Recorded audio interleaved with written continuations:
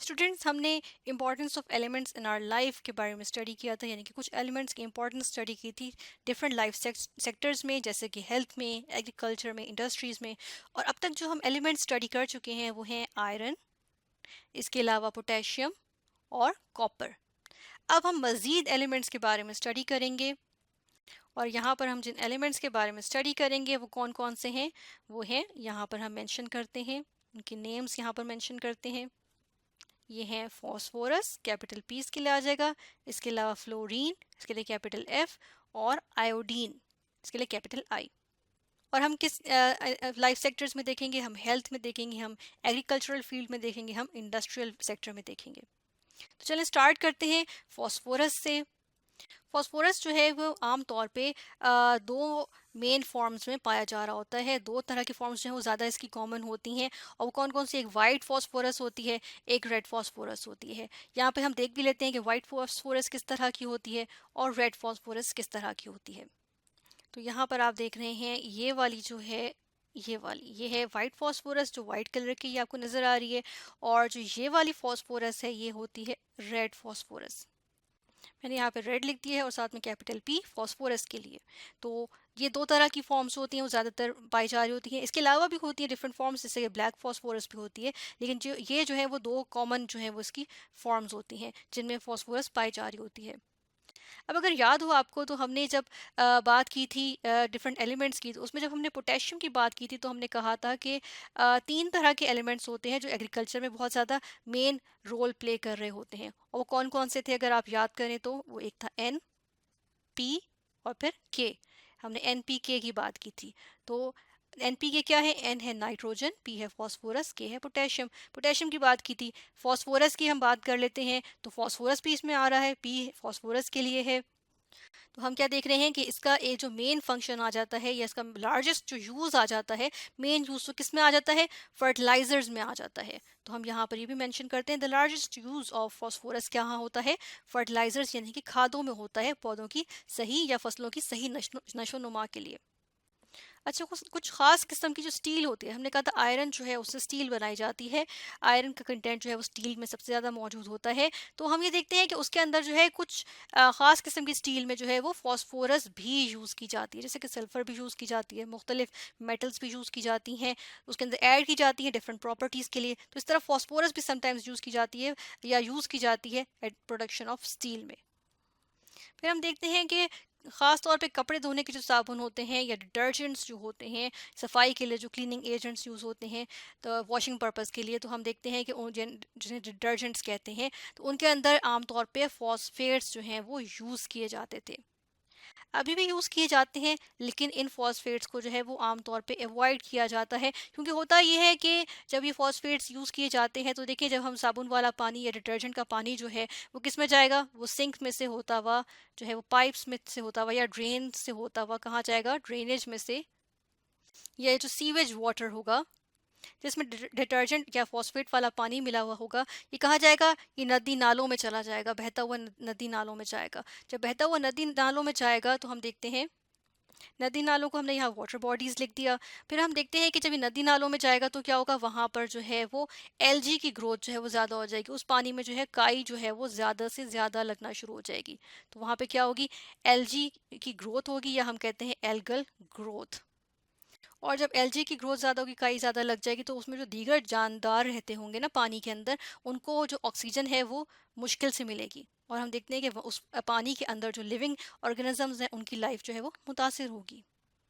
तो आजकल फॉस्फेट्स को जो है वो उनका इस्तेमाल कम किया जा रहा है डिटर्जेंट्स में, इसको जो है कोशिश की जा रही है कि इसको अवॉइड किया जाए। फिर हम देखते हैं चीनी के बर्तन बनाए जाते हैं, ख़ास किस्म के बर्तन होते हैं, ये आपने देखे भी होंगे। हम यहाँ पर इमेज लेकर आएंगे तो आपको समझ आएगी ये कौन से होते हैं जिन्हें चीनी के बर्तन आमतौर पे कहा जा रहा होता है। कांच के बर्तन होते हैं। तो किस किस्म के, यहाँ पर हम यहाँ पर हम देख लेते हैं किस किस्म के होते हैं। जिस तरह से यहाँ पर आप देख रहे हैं, इनको कहा जाता है इंग्लिश में चाइना वेयर। तो अब ये जो है वो ये बनाने के लिए भी फॉस्फोरस का इस्तेमाल किया जाता है। इसके अलावा हम देखते हैं कि कुछ खास किस्म का शीशा, या हम कहते हैं कांच बनाने के लिए भी, यानी ग्लास बनाने के लिए भी, स्पेशल टाइप के कुछ ग्लासेस बनाने के लिए और चाइना वेयर बनाने के लिए क्या यूज़ होता है? फॉस्फोरस को जो है ग्लास इंडस्ट्री में यूज़ किया जाता है, या सिरेमिक्स की इंडस्ट्री में जो है वो यूज़ किया जाता है।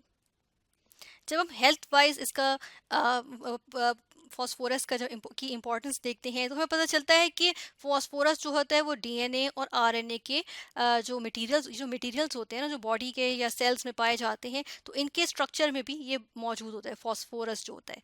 और हम देखते हैं डीएनए क्या होता है। डीएनए वो मटेरियल होता है जिसके जिसके अंदर वो सारी की सारी इंफॉर्मेशन स्टोर्ड होती है कि हम कैसे लगेंगे, क्या हम अपने वालिदैन की तरह देखने में लगेंगे, क्या हम उनकी खुसूसियात या उनकी ट्रेड्स जो हैं उनको जो है वो हमारे अंदर कितने फीसद आएंगे, कितने आएंगे, क्या क्या ट्रेड्स आएंगे हमारे पेरेंट्स के हमारे अंदर या नहीं आएंगे, वो सारी हमारे सेल्स के अंदर जो डीएनए होता है उसके अंदर ये सारी इंफॉर्मेशन स्टोर्ड होती है। तो ये ऐसे मटेरियल होते हैं और ये तमाम सेल्स में मौजूद होते हैं।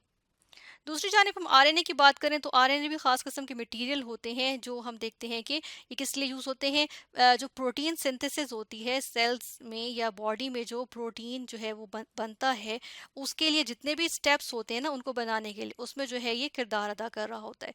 मुख्तलिफ इसकी तीन जो है उसकी टाइप्स होती हैं और तीनों जो है कुछ ना कुछ पार्ट जो है वो अपना प्रोटीन सिंथेसिस में प्ले कर रही होती हैं। तो क्योंकि ये जो है वो इसको हम कहते हैं डीएनए को वरासती मादा, या हम कहते हैं कि डीएनए इंफॉर्मेशन इसके अंदर हेरिडिटरी इंफॉर्मेशन इसमें स्टोर्ड होती है, यानी फ्रॉम पेरेंट्स टू चिल्ड्रन। तो हेरिडिटरी इंफॉर्मेशन जो होती है वो इसमें होती है। तो हमने ये डीएनए और आरएनए भी देख लिया और इसके पार्ट्स किससे बन रहे हैं, इसका स्ट्रक्चर जो है उसमें फॉस्फोरस का जो पार्ट होता है वो भी शामिल होता है। फिर एक खास किस्म के मॉलिक्यूल्स होते हैं जिन्हें कहते हैं एटीपी, एडिनोसिन ट्राइफॉस्फेट। इसके अंदर फॉस्फेट का वर्ड आ रहा है ना, यानी कि इसके अंदर फॉस्फोरस जो है वो मौजूद होता है इसके स्ट्रक्चर में।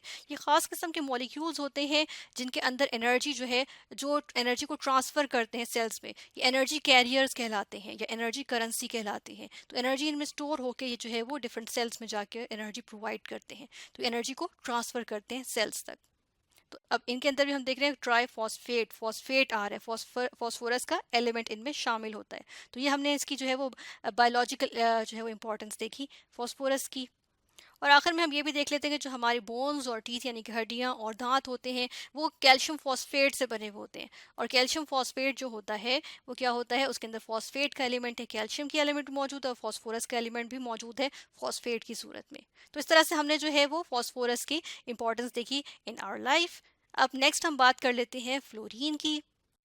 फ्लोरीन की अगर बात करें तो ये क्या होती है, ये एक बहुत पेल येलो ग्रीन सी एक गैस होती है, ठीक है, इसका गैशियस स्ट्रक्चर होता है। और हम देखते हैं कि ये हाईली रिएक्टिव होती है, बहुत ज़्यादा रिएक्टिव होती है।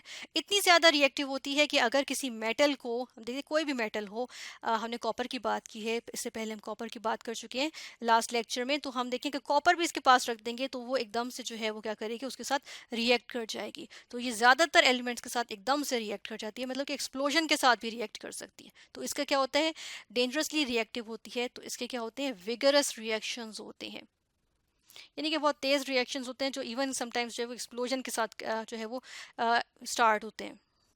जिस तरह हम देख रहे हैं कि मेटल्स के भी हमने कहा उनके साथ क्विकली रिएक्ट कर जाती है, उनको अटैक करती है, उनको ख़राब कर देती है। फ्लोरीन के कुछ सॉल्ट्स होते हैं जिन्हें कहा जाता है फ्लोराइड। ये यूज़ होते हैं किसमें, यूज़ होते हैं वेल्डिंग में, ये यूज़ होते हैं ग्लास की फ्रॉस्टिंग, ग्लास फ्रॉस्टिंग की जाती है ना, आप देखते हैं कि वो वाइट से जो है वो उसके ऊपर होती है, तो वो जो होती है उसको डिज़ाइनिंग की जाती है तो वो फ्रॉस्टिंग होती है। तो वो उसमें भी हम देखते हैं कि फ्लोरीन के सॉल्ट्स फ्लोराइड्स जो हैं वो यूज़ किए जाते हैं।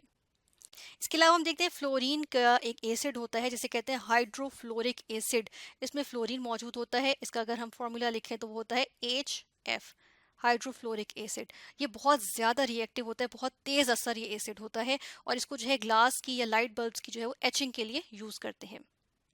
अब एचिंग क्या होती है, एचिंग जो होती है वो ग्लास को जो है वो उसकी सरफेस को डिस्ट्रॉय से कर रहा होता है, क्योंकि ये हाइड्रोक्लोरिक एसिड बहुत तेज़ असर होता है तो उसको डिस्ट्रॉय कर रहा होता है और उसको जो है उसके ऊपर एज अ रिजल्ट जो है वो क्या हो रहा होता है, सर्टेन पैटर्न्स या डिज़ाइनिंग हो रही होती है या डिज़ाइंस बन रहे होते हैं, तो इसे एचिंग कहते हैं। इसके अलावा क्लोरोफ्लोरोकार्बन जिसको जिनको आमतौर पे CFCs कहा जाता है, इनको यूज़ किया जाता था रेफ्रिजरेंट्स में, यानी कि रेफ्रिजरेटर्स में यूज़ करते थे कूलिंग एजेंट के तौर पे, या कूलिंग कॉज करने के लिए रेफ्रिजरेटर्स में यूज़ होता था, फ्रिज में यूज़ होता था।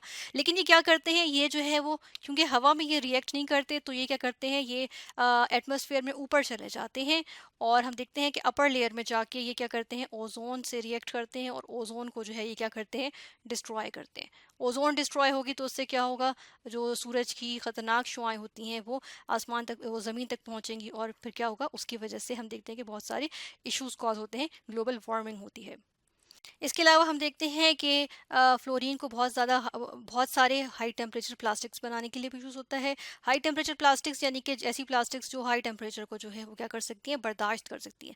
वरना देखें ना, प्लास्टिक को अगर आप चूल्हे पे रखें तो क्या होता है, वो पिघलना शुरू हो जाती है, थोड़ी सी हीट दें वो पिघलना शुरू हो जाती है।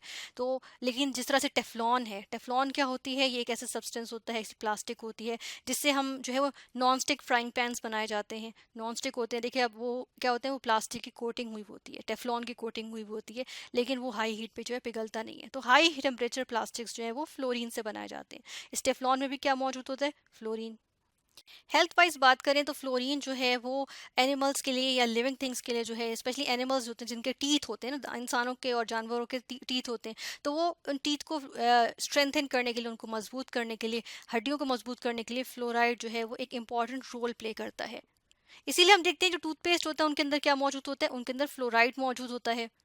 इसीलिए हम देखते हैं कि बहुत सारे एरियाज में जो पानी होता है ना, पीने का पानी जो हम मुहैया किया जाता है, उसमें फ्लोराइड ऐड किया जाता है। फ्लोराइड को ऐड करने का मकसद ये होता है कि दांतों की और जो है वो दांत हैं और हड्डियां हैं, जब वो पानी पिया जाए तो दांत और हड्डियां जो है वो ख़राब ना हो, और अगर वो क्योंकि ख़राब होते हैं अगर दांत, तो उसकी वजह से कैविटीज़ हो जाते हैं, सुराख हो जाते हैं दांतों में, तो इनको प्रिवेंट करती है।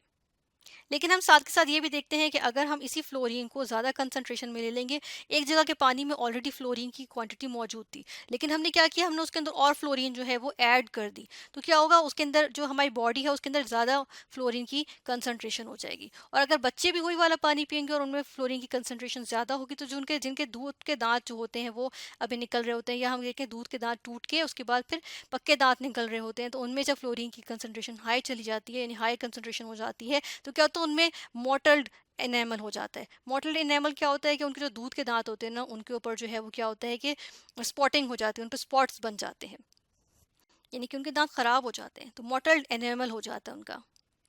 लेकिन इसकी खास मिकदार जो है वो दांतों को मजबूत बनाने के लिए ज़रूरी होती है। इसलिए हम देखते हैं कि फ्लोराइड जो है वो अक्सर टूथपेस्ट में आप देखेंगे उस पर लिखा होता है कंटेन्स फ्लोराइड, तो उसके अंदर फ्लोराइड जो है वो ऐड किया जाता है। तो इस तरह से हमने जो है वो आज की वीडियो में, आज के लेक्चर में हमने स्टडी किया फ्लोरीन के बारे में भी, और हमने स्टडी किया फास्फोरस के बारे में, इनकी इंपॉर्टेंस देखी। एक एलिमेंट हमारा मिस हो गया है जो कि है आयोडीन, इसकी हम इंपॉर्टेंस के बारे में नेक्स्ट लेक्चर में स्टडी करेंगे।